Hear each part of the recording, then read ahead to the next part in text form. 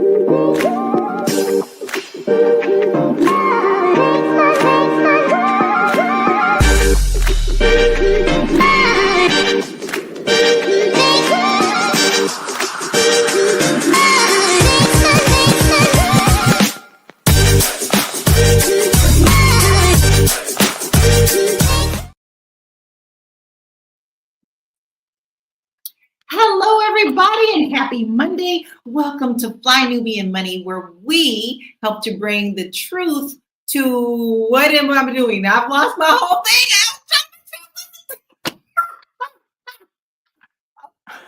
Happy Monday. Welcome to Fly Nubian Money. Today, we're talking about something that affects far too many Black women, salary negotiations, y'all. And more accurately, we're talking about the lack of them. New research reveals that 60% of Black women accept job offers without negotiating. And this decision is costing them big time, from pay disparity to long-term financial implications. We're diving deep into why Black women are getting paid less and what we can do to change that. So we are going to talk about it. We have an awesome panel today. My royal court is here today. We have Marlo Layson, TV film producer, Joe Corley, licensed therapist, mental wellness coach, and educator, and Noma, our M3 program, marriage, motherhood, and money making. Now, Joe, I know that you are not like in the same little female thing, the female club that we have right now. So I'm going to ask the ladies, and I'm going to tell you guys, here's my question to all of you. Like, have you ever negotiated when you went in for a job? And after reading this today, I realized I never did that. I just accepted what they said the pay was. And then I was like, wow, I should have negotiated. So Joe, before I ask the ladies, have you ever negotiated a job's pay before you accepted it? Yeah, I do now. But I was well into my late 30s, early 40s before I realized that was a thing. So it was not nothing that I thought you could do, but I do it now for sure. I think if I ever do that again, I definitely will. What about you, Marlo? I definitely have negotiated salary. Also negotiated salary as you move upward, right? Not just getting your foot in the door, but then once you get in, negotiating salaries as you get promoted is also essential. I think it is too. I agree. And I hope that, after today, we all can think that we should be doing this. What about you, Noma? Yeah, definitely. I remember the one where I actually gave almost like an ultimatum and said, well, I'm not taking any less than this. And to give more context, my husband and I were going to move from one state to another. And I was like, if we're going to do all this, I'm not doing it for less than, X amount of money. And they gave it to me. And see, I think a lot of the times with me, I never thought about it because I just thought, well, this is just what it is, set in stone. But then in hindsight, there were many of them. I was like, I was way overqualified and underpaid. And so now I see the value in that. But, now I'm an entrepreneur. But then I also take that into account when I'm hiring assistants. And I'm also looking at team members. I do take that into account. Am I going to be needing to train you more, or are you coming in with the skills that you need? There's a difference in price there, right?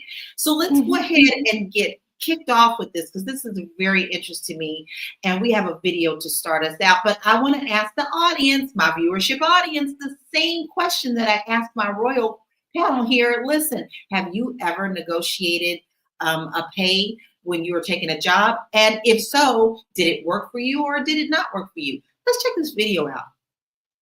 Only 46% of women negotiate their salary. That's not good, sis. Hey, sis, my name is Janine. I help corporate women who feel stuck in the grind and how it's impacting their future financial vision for themselves. I want to tell you 3 reasons why you should negotiate your salary. 1, 73% of employers expect you to negotiate. They want to have a conversation about what you want and your desires for the role. 2, employers are not giving you their best offer, so why sell yourself short? And 3, you are worth it. I need you to know that. The value you bring to the team and the company needs to be compensated for. If this was helpful and you want to learn how to negotiate and increase your... I think those are some good points, but Marlo, I'm going to ask you first. What's the first thing that you think of when you hear salary negotiation? Well, first thing I think of is a professional work situation where you're in a position where a salary has a range, right? I don't think of, you negotiating if you're working in retail or something like that, in sales or under management or even lower management. But also, I think people need to be realistic. I think reality is sometimes missing when people, I work with people, I'm in management, I deal with salaries and what my budget is and what's realistic. And there are people that, I sometimes just have to say, yeah, I don't have it. That's not in the budget that I have for talent, right? So I think there's a lot of things involved in negotiating your salary, but I think that people need to be definitely rooted in reality. And also, if it's not for you, be willing, like Norma said, to walk away. And I think, and those are great points, but I'm going to ask you, Noma, because I'm going to piggyback off of what Marlo said. There are so many people that are looking for jobs right now. We actually had someone in our comments say that, I'm desperately seeking a job, and that was Dennis. But do you think that this goes hand in hand with people really wanting the job and just not wanting to rock the boat just because they just want to get into, and then they feel like that they can prove their worth? Do you think there's a problem with our economy that they're just accepting this? Well, no, because it's women that are doing it and not the men. And mind you, it's not just Black women, it's women across the board, with Black women more so than other women. So it's not about the economy, it's not about anything. I mean, I have a lot of thoughts about why, but I think one of them is, the self-esteem and the confidence that you walk into that room with. If, for example, you're already working, you're comfortable where you are, and you're applying to other places and you're ready to make a move, you could take it or leave it. So you can tell them, well, I need this much, and if you can't give it, that's okay. It didn't work out. But if you're unemployed and you're desperate and it's been a long time and you haven't worked and somebody's offering you a job, you don't want to rock that boat, you see? So It does go back to that self-esteem and confidence. But again, I still feel like it's better to be in a good job that's a good fit and well paid. Okay, yeah, obviously. But I think it's better to stay out of the job market if they will not fit what it is that you're looking for. Because once you accept less than what you're worth, it blocks you from actually getting what you're worth. I feel the same way about relationships. It's like when you accept less than what you're worth, it blocks you from actually getting what you're worth. I have to agree with you on that. You can manifest that in your own life as well. So Joe, with that being said, because we talked about, we understand that it's Black women who especially are not going in to negotiate, but do you think that fear of rejection is what's impacting them going in to ask for negotiations? Is that something that you also think about? For me, I I guess, yeah, in the past, yeah, sure. I've thought about a fear of rejection. Like if I ask for more, I'm in survivor mode, for a lot of my life, so I can't really ask for more. So yeah, but I think a lot of it is rooted in like historical trauma. So I mean, generational messaging, through that a lot of Black women have to navigate. This is just me in my space as a therapist talking to Black women. So I'm still studying the psychology of it all, but you know, I feel like there's a lot of internalized beliefs that say if I ask for more money, then I'm going to be seen as difficult. You know, so that labeling as being a difficult Black woman is a fearful. So a lot of them don't necessarily engage in negotiations because it's always survival, until you get into a mindset of thriving and you stay in that survival mindset, you're always going to make decisions like that. Mm. I think you hit on a lot of that. I definitely believe what you're saying. Dr. Vibe says it's important that we all know our value when we're negotiating. And I do believe that's true. And I think sometimes that goes back to what we think about ourselves, and that goes back into our self-confidence mode of when we're walking in there. There's always great tips on how you can get yourself prepared for a job interview. But and I've never really heard anybody give any tips saying, I am worth saying things to yourself like I am worth such and such. I know my value. It's always I'm going to get this job. This job is for me. But I've never heard like any affirmations or anything that you look at yourself and tell yourself that you're going to get paid what you feel you're worth, and then putting that in your mind. I'd love to hear everybody's thoughts on that. We're going to go to a commercial, but I would like to hear what our viewership family thinks about that as well. Are we just not being taught to go in to do the negotiation, and do we kind of self-sabotage? Let's check out this commercial. We'll be right back. It's a good show right here. But I'm biased. If you are just tuning in, you are watching Fly Nubian Money, where we help you master your mindset and maximize your money. My name is Tiara Williams. I'm also known as Miss Black Hollywood, and I'm the proud producer of this show because it is lit. If you want to receive notifications for when we go live Monday through Friday, 1 to 2 p.m. Eastern Standard Time. All you have to do is text the word Queens to 87948. That's Queens to 87948. That's QUEENS to 87948. Also, if you want to grow your money and not blow your money, all you have to do is go to flynubianmoney.com. There's all kinds of resources, there's courses, there's free giveaways. There's just no reason to be broke in 2025. All you have to do is go to flynubianmoney.com. Obviously, you don't want to be entertained here. You want to know enough to grow. Wait, I need to put that on a shirt. You got to know to grow. Got to know to grow. So know and grow with flynubianmoney.com. Listen, this leads right into a really great question that Dr. Vibe is asking all of us on the panel. Knowing and growing, we like to do that here. We like to teach you to know. We like to let you grow. We want you to build your financial household. And this falls right into what we're talking about today. Dr. Vibe says knowing how to negotiate is a skill. Does the panel feel that most of our sisters and brothers know how to negotiate? And I'm actually going to start with Joe on this one. Do you feel like that's something that we don't know because we weren't taught to do? No, obviously not. But I think more importantly is that they don't know that they can negotiate. So I think once you understand that you can negotiate, then you can go easily pick up the skill of knowing how to negotiate. But that invisible wall and that burden of, like I said, feeling difficult, and saying also, the imposter syndrome, all these things that historically kick in on us when we're negotiating for these type, or should be in a position to negotiate for these type of jobs, that's where it comes from. But I have to say, for me, I never was taught how to negotiate. I really wasn't.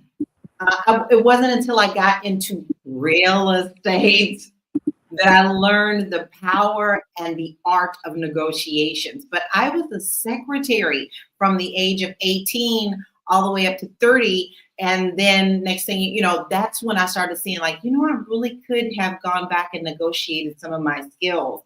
And I think that we should also learn to teach our children that as well. I want to say one thing before I ask Noma and Marlo the same question that Dr. Vibe asked. For those of you who have watched the film Sinners, there is one little scene, and I'm not going to give all of it away, where the main character is talking to this young girl to do something for him. He's older, she's younger. And he says, I'm going to give you 10 cents, blah, blah, blah. And she goes, okay. And he goes, no. You are supposed to come back and give me another number. He taught her. He took the second to teach her a skill on, you don't just take what I tell you, you negotiate. And I took that away from the film. So that was obviously a powerful moment. So Noma, do you feel like, a negotiation just isn't taught to us and that this may be hurting us? Yeah, absolutely. I think that negotiation is definitely a learned skill. It's something that I think I knew how to negotiate because I had mentors. But also, if you think about it, almost everything in life is a negotiation. If someone ever teaches you that you should never take no for an answer, it's not a violent and threatening thing. It's just a conversation that continues until everybody wins, right? And that's what a negotiation should be. It's where everybody wins. If you want me to work for you, I'm bringing all these skills, I'm going to do this and all of this other stuff. And in return, I want to be compensated this way and that way. And it's an ongoing conversation. But what I will also say is I think that in the background that it's often not discussed is that sometimes we don't admit it, but we feel like the burden to provide is more on men than women. And you go into an environment that's already ripe for wanting to give a man more money because we perceive he has more responsibility. Even he can go into that negotiation feeling like, well, I have a wife, I have kids. I got to get as much as I can get because I have all this stuff that I'm responsible for. And I know there are a lot of homes where the woman is the breadwinner and is the provider, but that's an underlying thing that you can't deny. It's actually more acceptable when when a man negotiates and just won't budge about his money and about his income, and it's less acceptable for a woman. But again, negotiation for a woman and for a man is not the same. I agree. My husband is excellent at this. My husband's an excellent businessman. I've learned so much from him. And one of the things is he knows when to walk away, when it's no longer valuable to either party for him to be undercut on something. And he's a shrewd businessman. And I have learned a lot from him. Marlo, so what is your thoughts on this? Knowing how to negotiate, it's a skill. Do you think that our sisters and brothers just don't know how or to negotiate? Yeah, I mean, I think it is exposure, right? You gave the example of the movie Sinners, and you said your husband is an excellent negotiator. So I think that it's one of those things that's really a taught with love, right? You want a person to be able to get the best value out of a situation, and therefore you teach them. You teach your children. But I think it's just a skill that many people don't feel like they can really utilize it, right? I feel like it's one of those skills that people don't see as transferable to be able to negotiate. But no made it on the head, you negotiate every relationship in your life. You negotiate traffic, you negotiate your budget for your household. We are always making negotiations, whether they're with ourselves or with other people. And I think it's just a skill that you have to sharpen. But again, I'm always going to say be reasonable and be realistic. What skills do you have? Because the experience that I've had, especially negotiating a larger salary, is there was a high expectation for that salary. Like they'd be like, okay, we want you, we recruited you, you're here, we'll pay you what you want. But the expectation is very, very high. And are you ready to meet the demand that matches the money that you're asking for, especially if you're a woman, especially if you're a Black woman? Are you ready to meet that demand? Because not everybody wants to give it to you, but if they see your worth, they see your value, and they give it to you, your expectations are going to be very high in terms of the return on that investment that they are making in you. So you got to be prepared to negotiate again with your life and your lifestyle once you do get that money. Mhm. Very well said. I remember the last position that I took was one in live streaming, and it was a new platform that came to America. And the next, I didn't negotiate, and I found myself sometimes, one time at least, working over 24 hours and exhausted, because that's what they expected from me, because the home base was overseas and I was expected to be up in the middle of the night when they were up, and then still deal with the streamers that were on the platform. I will never, ever, ever do that again. That was a very valuable lesson that I learned. We are going to look at another video right now, and we're going to continue this conversation, because this is something I think we all can learn. And if it's something that we don't know, we can definitely share it with a friend on, hey, you can negotiate for jobs. I'm just blown away and loving this conversation. Let's check this video out.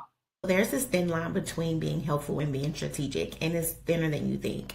And it's the reason why I see so many high-performing women stay stuck. Helpful women get thanked, strategic women get promoted. Helpful looks like, let me take it off your plate. I'll stay late and make it happen. Whatever you need, I got it. You're reliable, you're efficient, you are the go-to. But none of that made leadership stop and say, she needs to be in the next level conversations. Being helpful keeps you in the work. Being strategic positions you above the work. A strategic woman don't just execute, but they direct. They don't just respond, they shape direction. They don't just support leadership, they are leadership. Most women get stuck trying to prove their value by being available instead of positioning their value by being intentional. Helpful makes you needed. Strategic makes you necessary. One is nice, the other shifts how you're seen. And that is what's going to move your career. Ask yourself, are you being helpful or are you moving strategically? Because the cost of getting that wrong is the opportunity you're not even being considered for. I think that's a very valuable way of looking at that. Joe, I know you deal with a lot of people coming in, and sometimes you may be dealing with people who are, weren't wondering, like, financial, because financial also goes into, your mental as well. Do you agree with what she says? Is it a line that is too blurred, the being helpful or being strategic, and how can we distinguish between the two? I do agree with what she said. And I think a lot of people go into these situations wanting to be, or feeling like they need to go into these situations where, oh, this is a job and I need this job, and not really taking it as a whole, wondering, is this a place where I need to be or want to be? And am I, what is my value to this environment? You know what I mean? And then when you start, taking all of that in, then you start to talk different. You know what I mean? And there's a lot of, what I heard in her was basically a lot of, I don't know, maybe a little bit of code switching fatigue.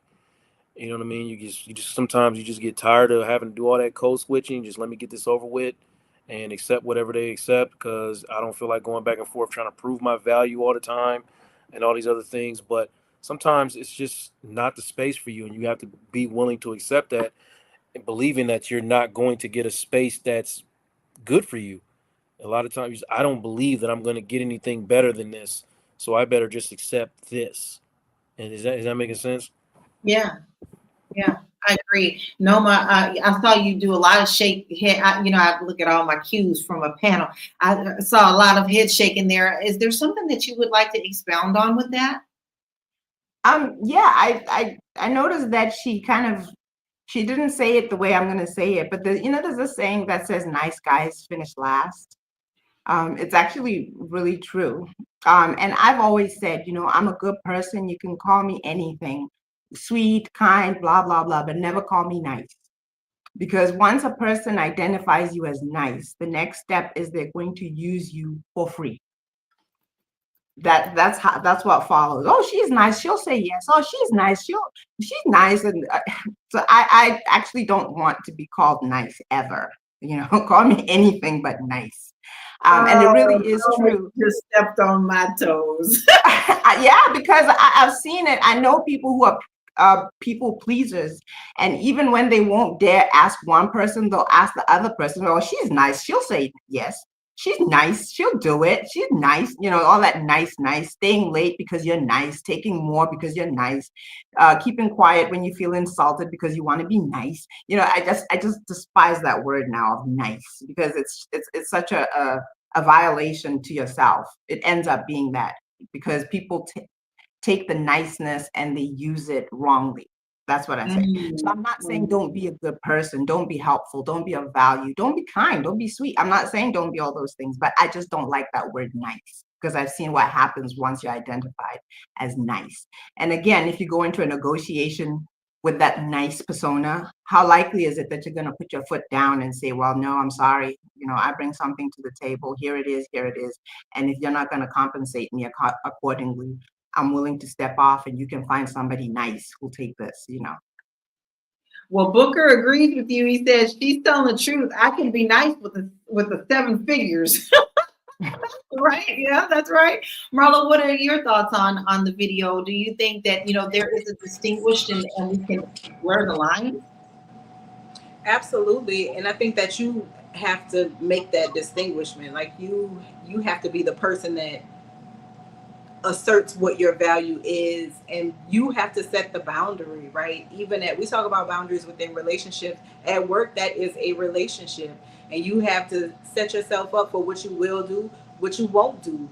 You know, I don't take calls and emails after 5 p.m. I actually leave work at 3:30 p.m., right? So I give you another 90 minutes to contact me, ask me questions. If I'm off or off the clock, I have all of those notifications paused, and I don't care who feel the way about it. I will get to it tomorrow, because our agreement is for this.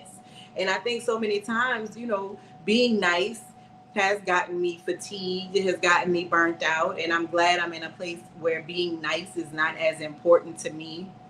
I think that people can see me for who I am. They see I'm a kind person. They see I'm a helpful person. They see that I want to win, and everybody on the team, I'm going to do what I can so that everybody can win. But you're not using me.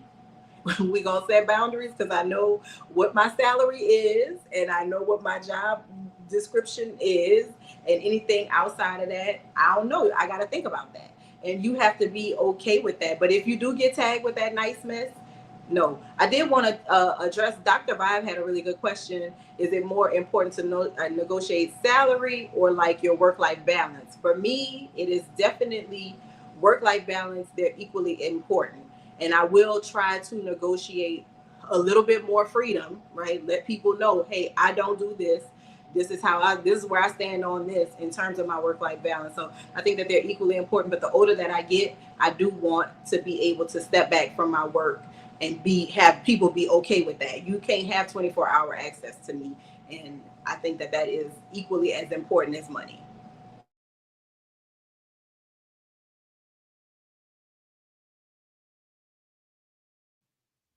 We need to take a break. We'll be right back.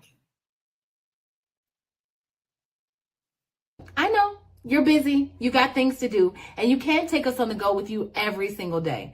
Good news for you. We are now on Spotify. So if you can't watch us, now you can listen to us on Spotify. Search Fly Nubian Money and all the episodes shall appear. All you have to do is like, subscribe, leave a 5-star rating, leave some comments, tell people how you love us, so that when other people come along and are looking for a great show to watch, they can find Fly Nubian Money too. One last thing, and just in case you've been sitting under a rock, Fly Nubian Money now has an investment club. We are the Fly Nubian Money Club. It's easy. All you have to do is go to flynubianmoneyclub.com, and I am committed to bringing in top experts from all industries to help you level up. They're teaching us the skills that we need to compete in this market. We often say that nobody is coming to save us, not the government, but guess what? We're coming to save us. I'm coming to save you with the Fly Nubian Money Club. So listen, all you have to do again is go to flynubianmoneyclub.com. We have a 30-day free trial set up just for you, just for those people that are struggling. Even if you ain't struggling, you ain't got to struggle. I'm coming. Okay, let me stop playing. I'll see you soon. You don't have to struggle. We have the tools for you. It is very much worth you at least going to check it out, because once you're there, Fly Nubian Money Club, you're going to see that it is actually pretty priceless. We do have some stats, and you know I like to hit them numbers. So let's look at what we've got for some stats today. A study by the National Women's Law Center indicates that 60% of Black women accept jobs without negotiating their salaries, leading to long-term pay disparities. Disparities. I can't believe I am stumbling so much today, y'all. Just laugh with me. Just laugh with me. According to the National Women's Law Center, Black women earn 63 cents for every dollar paid to white non-Hispanic men. Stop. We're stopping right there. 63%. Noma, how does that make you feel when you hear these statistics that Black women only earn 63 cents for every dollar a white man makes? Well, we're generally talking about the workplace. So I have a very different view. I think that it's more important to put your family first than a job. And knowing that I'm only going to make 60 cents for every dollar that everybody else makes me even more certain that it's okay to step back from the workplace. The reason why I say that is that, again, when you go into the negotiation, the room is set up for you to make less. If we step away from the workplace and we go to, I think another show, we talked about how when Black women are in hospitals and they say they're in pain, people don't believe that they're in pain. You can't control people's perceptions of you, but the fact of the matter is how they treat you is according to how they perceive you, right? The same thing happens in the workplace. Whether we like it or not, somewhere in the back of people's minds, there are people who just don't think that we deserve as much money as, let's say, a white male or any other male. And the back of that could be that they don't believe that we belong in the workplace in the first place. The other thing is from a management point of view, and I've been, maybe a manager in a room and the other people are not women. There's this perception that women are going to call out, they're going to have more excuses. And again, it's because the burden to nurture and take care of children is more on women than it is on men. So they feel like you're never going to give 100%, because if your child is sick, if there's a mom and a dad, it's more likely mom who's going to step off the workplace.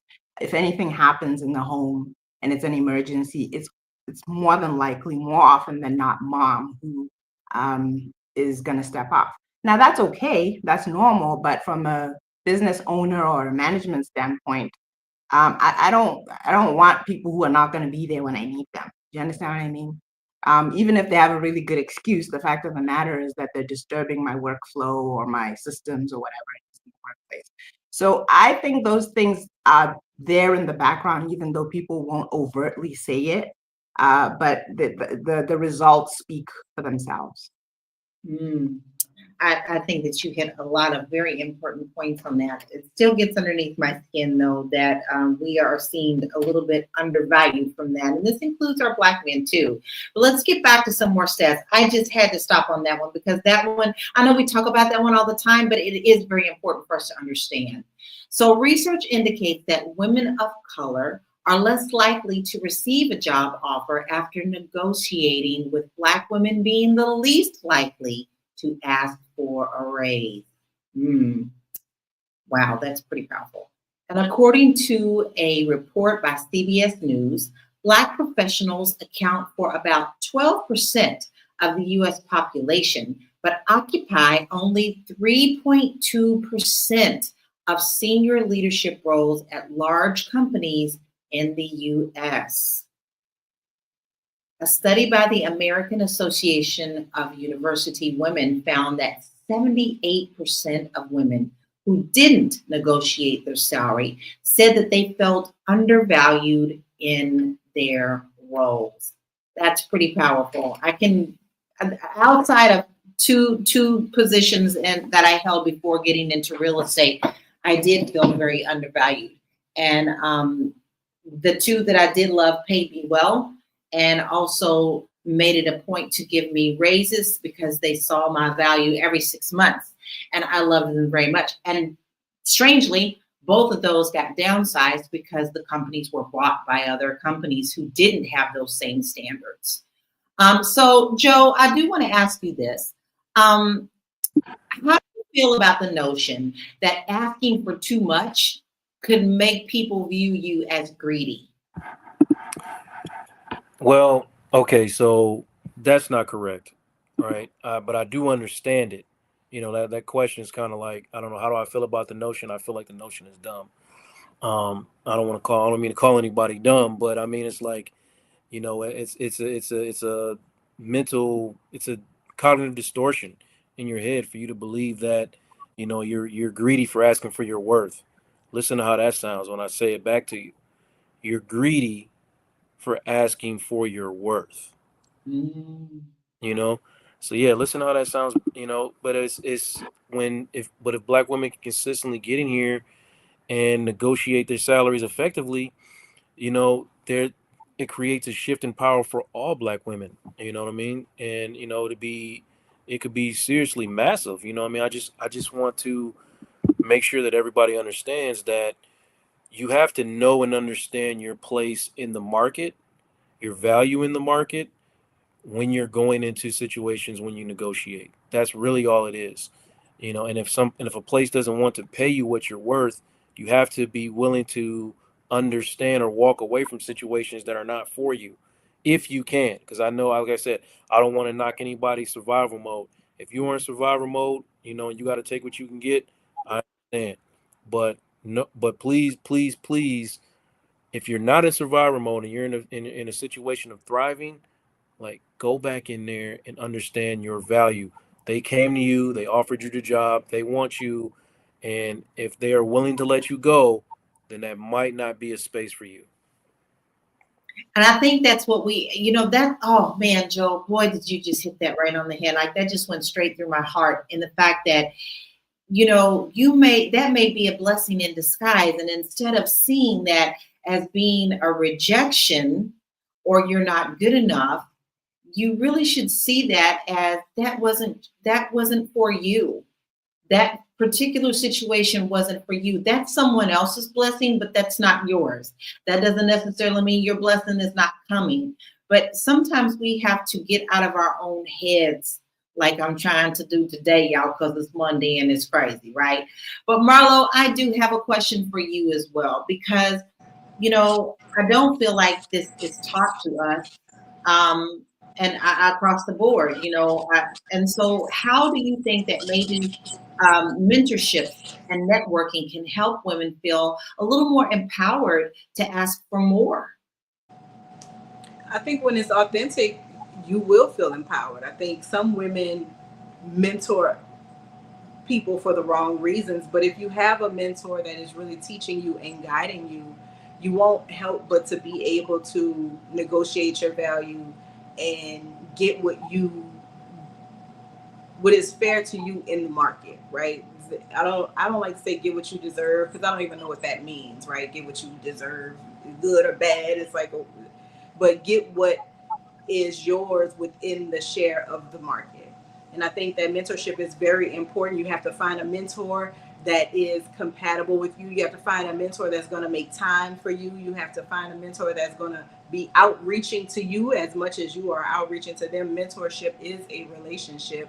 And I think that if you find a mentor that is looking to grow people in the way that they needed people to help them grow, you'll be in a great position. But choose a mentor wisely. Don't choose your mentor based on aesthetics.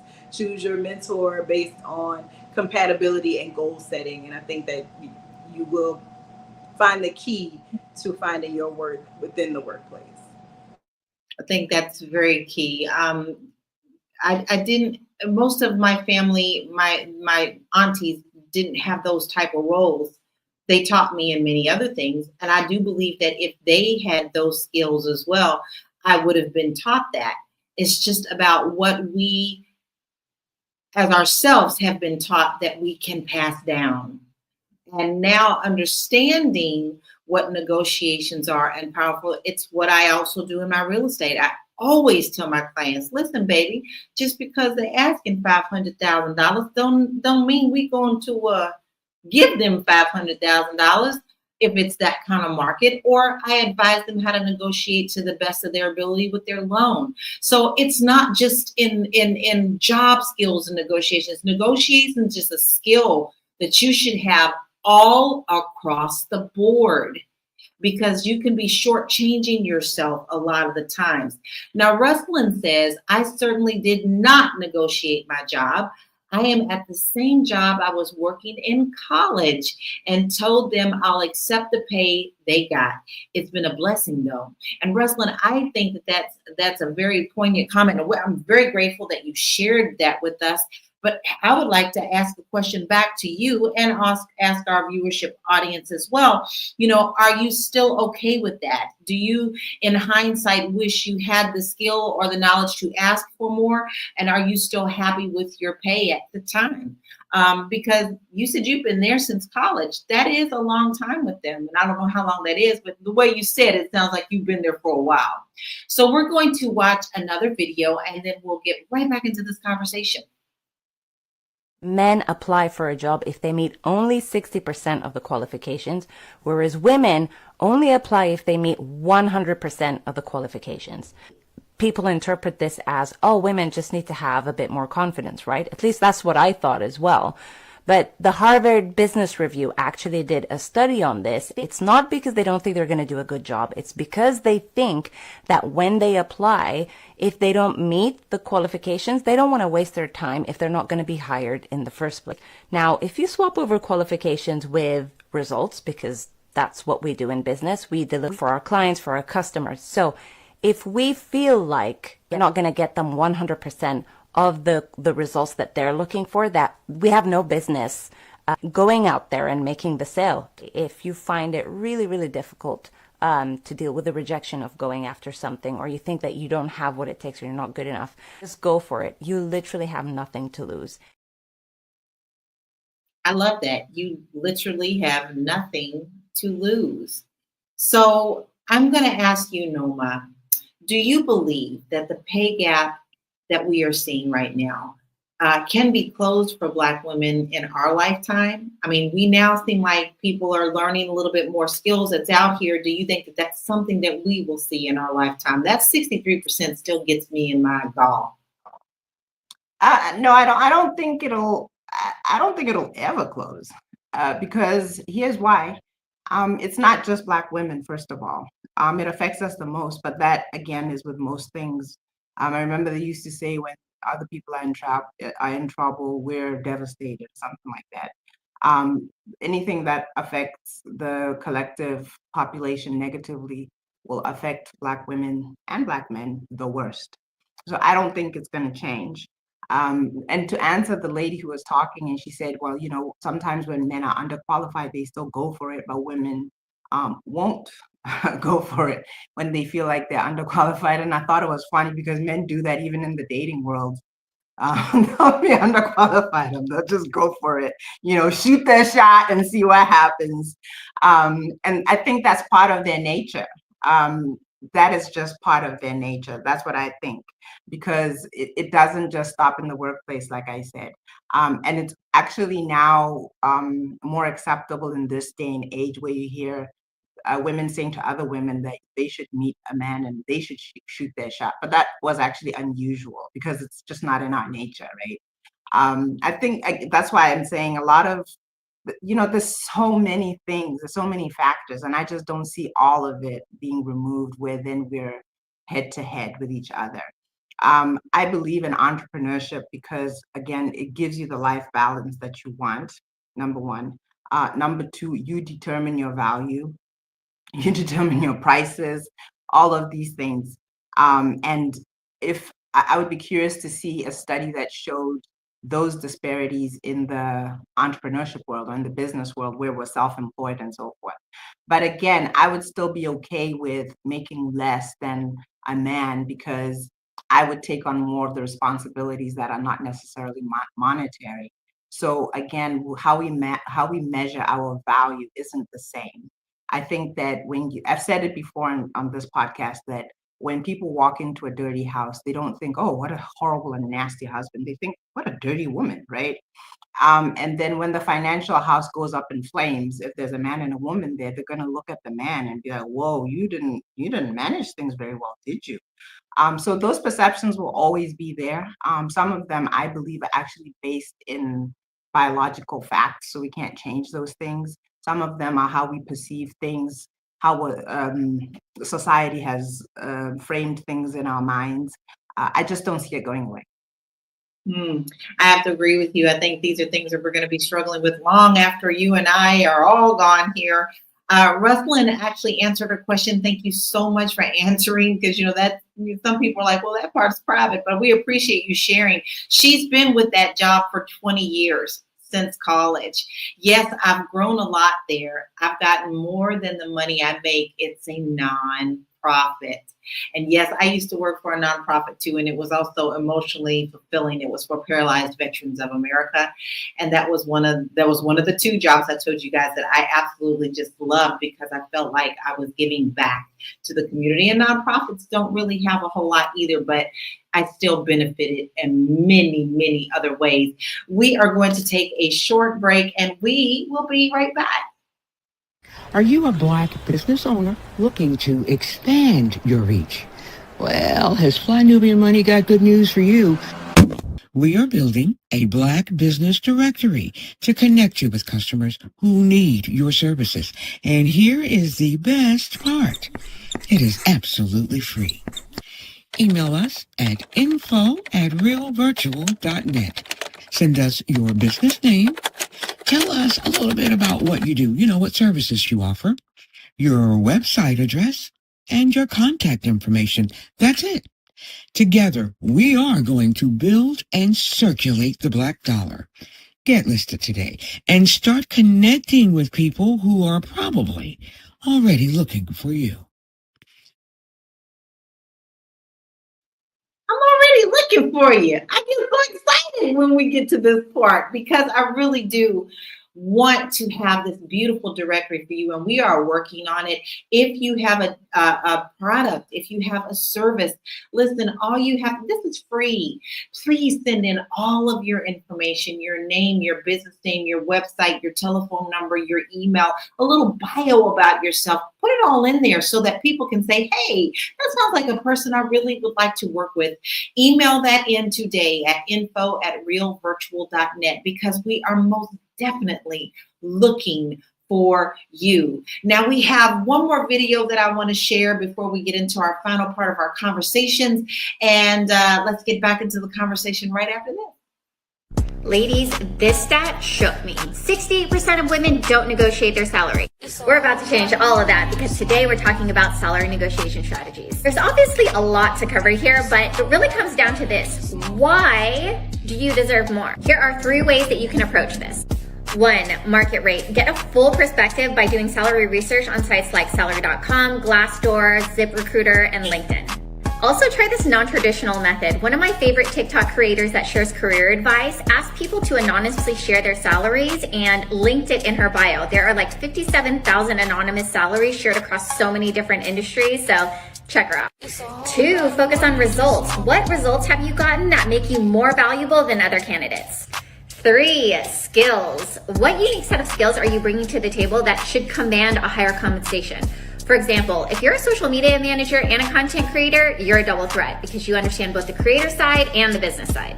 As you're thinking through this, put yourself in the position of the employer. If you were interviewing and somebody wanted more, you'd want to know, why are they worth more? Be very thoughtful about this and let them know, because listen, we are Fly Nubian Money.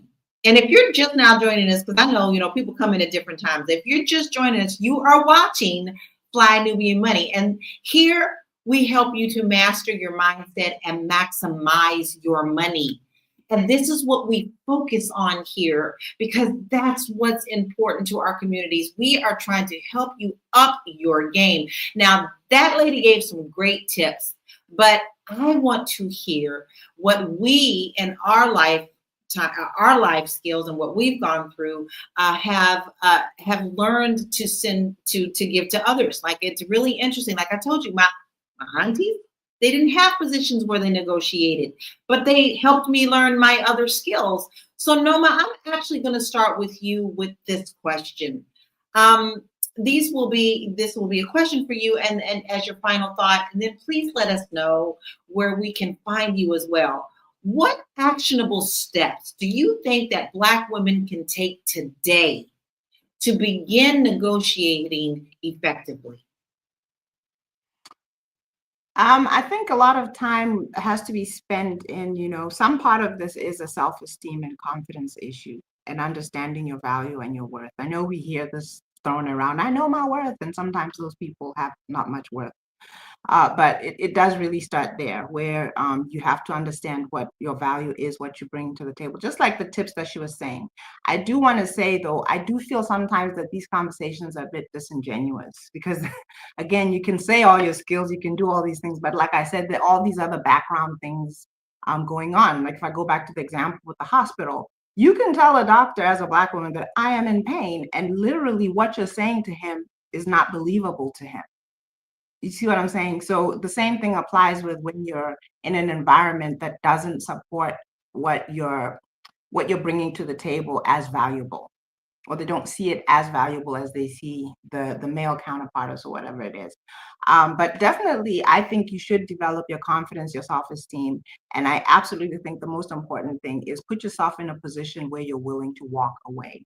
By the time that I stopped working, I had been building what I at the time called them side hustles. I don't like the word hustle anymore. But I'd been building my side hustles to the point where I knew that if I was not happy with what I was being paid or how I was treated, I could walk away. And I actually certainly did. So again, it goes back to just building yourself and knowing that there's a limit to what you'll put up with and you should be willing to walk away. So my name is Nomalanga Sally Moses. You can find me most of the time on Facebook under that name, Nomalanga Sally Moses.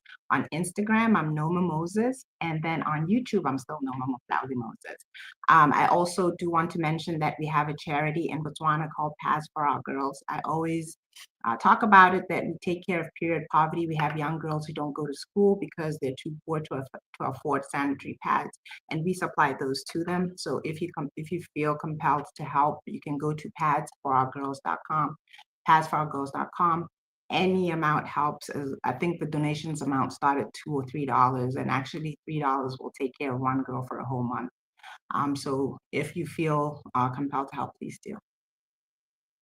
I absolutely love that. Guys, that's an excellent cause. Please make sure that you go and check that out, because, a little goes a long way with that. Not only just self-confidence, but also educating our young ladies. And that is a very important thing. We just talked about 63-cent difference, okay? Like, let's help to close that gap with education. A part of that education is learning how to negotiate, right? So please go to that, padsforourgirls.com. Marlo, so I have a different question for you for your final thoughts. So do you think that a strong network can help when it comes to negotiating a better salary? And if so, why? And if not, why? Wait, did you say a strong network? A strong network could help when it comes to negotiating a better salary. I think it depends on your network. I think it depends on who you have in your network. You may have a network of strong names that don't really give you strong support. So I think that if you have a network of people that are just about sharing and helping to grow you in areas where you need growth, and identifying areas of strength so that you know what you're really solid in, then absolutely a strong network is always going to be better than having no network or a weak network, obviously. So yes, a strong network, and everything that the young lady said in the video was pretty much spot on. You what have you done? What are things that you are capable of doing? What transferable skills do you have? What success have you had? And success doesn't have to be large. I think people oftentimes want to be able to talk about grandiose success, but if you grew something from 0 to 53, then you grew it. If you took something that didn't exist and brought it to life, you did that. It doesn't matter if it's global or worldwide. I think sometimes we get caught up in the big and the largeness of things, except rather than I brought a thing to life. So I think looking at what your value is, keeping a list of things that you've done, accomplishments, all of that stuff when you bring it to the table. If you give bad vibes, you know that's not for you. But if they seem willing and open, especially if you're already in that situation, you should be able to find success.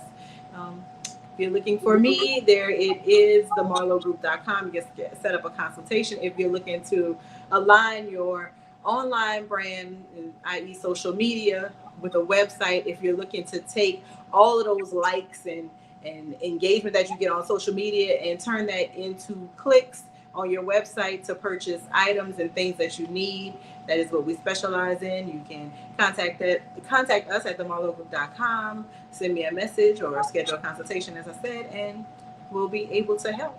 Or we will help how we will, because y'all know I'm all about setting realistic expectations. I am not a magician. You know what I think about every time I hear Marlo talk about you need to be seen? I always think of that beautiful scene in The Wiz. You've got to be seen in green and money, right?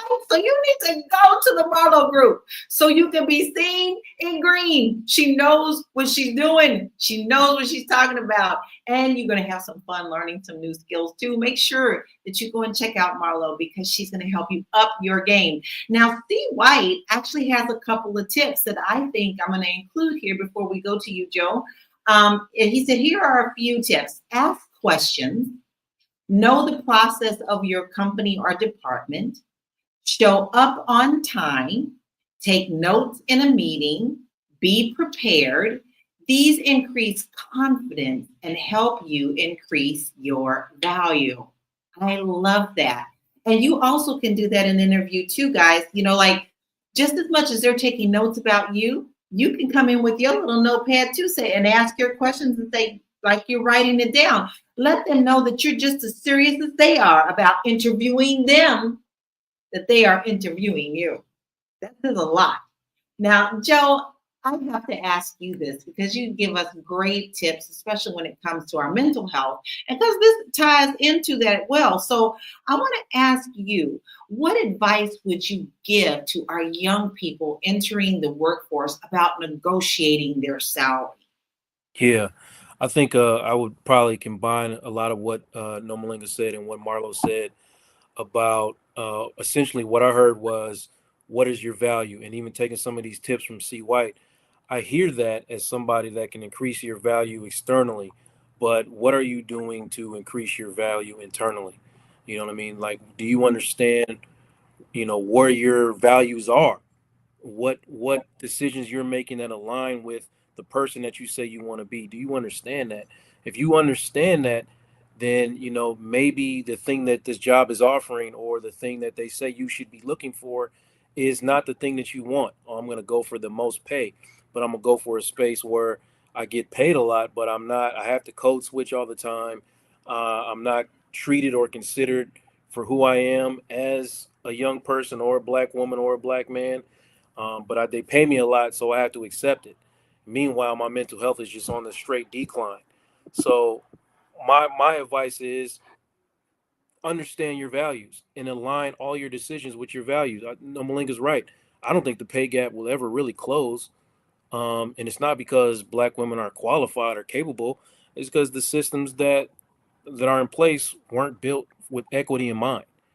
So, we got to keep, we keep pushing for what we deserve. Sure. Always negotiate and push what you should deserve. But sometimes it's okay to just, choose your peace, choose your peace. And, know your value is not tied to a paycheck. Your value is not determined by things outside of you externally. Please understand that. It's in how you protect your time, your boundaries, and your spirit. That can feel. I'm not knocking anybody for wanting to be rich or paid well, but that doesn't have to come at a sacrifice to your peace. It doesn't always have to do that. And sometimes, the craziest thing you can do, the most radical thing you can do, isn't asking for more money, but it's walking away from places that don't see what you're worth. Just, you walk away. So, I always say, I had a client one time that was really upset about being passed over for a position that she was more than qualified for, and they gave it to a lesser qualified white man. And I said, "Oh, did what were they offering your name on the front of the building?" No, they weren't. So if your name ain't on the front of the building, you caring too much. You care too much about that place. The place that sees you as replaceable. And they don't have your name on the front of the building, they don't care about you. So, know when to ask for more, sure, but also know when to release things that aren't for you. Stop shrinking yourself to fit in spaces that you're too big for, is what I'm gonna say. All right. Where can we find you, Joe? Yeah, find me on my website, realuconsulting.com is right there. All my links to everything are on there. Please reach out. Let's have conversations about how to shift that mindset. Because my thing right now, Lala, is switching from survivor to thriver. That's a lot of what I'm in, especially for Black men and women. That's all I'm on. Let's just switch that mode to thrive. I absolutely love that. And guys, Joe really means that. And not only that, he has a heart to go to that. So make sure that you are talking to someone you need the help. Make sure that you're using someone who understands where you're coming from as well. Please make sure that you go and check out Joe's website and check out his podcast as well. Go to realuconsulting.com. And here's what I have to say. There's many things that I didn't learn earlier on in life that I have learned now. And just because I didn't know before doesn't mean that I can't learn the skills now and pass them along. If there's anything that I've learned in real estate, everything is negotiable. Babe, you can even walk up in Ross, okay? And just because that price tag says such and such, if it's got something that a stitch wrong, you can go up there and say, look, this stitch is wrong. Negotiate. There is nothing wrong with negotiations except the fact that if you don't try, that's when you really lose. So a closed mouth never gets fed. So go ahead and open your mouth and ask, because you never know what's going to come back. It might be something very good. And I have a wonderful, wonderful, wonderful class in live streaming and broadcasting, and people see us come on here every single day. And if you're interested in doing that, I have a 21-day course for you that is absolutely excellent. It's going to teach you everything about lighting, scripts, audio, what happens when you have bloopers, like I had bloopers today, how we just laughed that off. And you can go and check that out on my website at www.laurakey.net. It's extremely affordable, but it is extremely valuable. Over $2,000 worth of value there for a tiny fraction of that. So go check it out so you can see what that is. Yeah, negotiate. Yeah, I could have done it at $2,000, but I'm negotiating with you for a certain price. All right, everybody. Thank you so much for joining us today. I absolutely love what we talked about today, and I do believe people have walked away with a different perspective on being able to negotiate. That was an eye-opening conversation, but we've got to continue to push for better opportunities and, most importantly, better pay. Black women deserve to be compensated for their hard work, and negotiating for what they're worth is an essential part of that process. Let's break those barriers down one conversation at a time, like today. Thanks for tuning in for Fly Nubian Money. Until next time, which is tomorrow, 1 p.m. Eastern Standard Time, stay empowered and keep hustling, y'all. Peace out. See you tomorrow. Bye.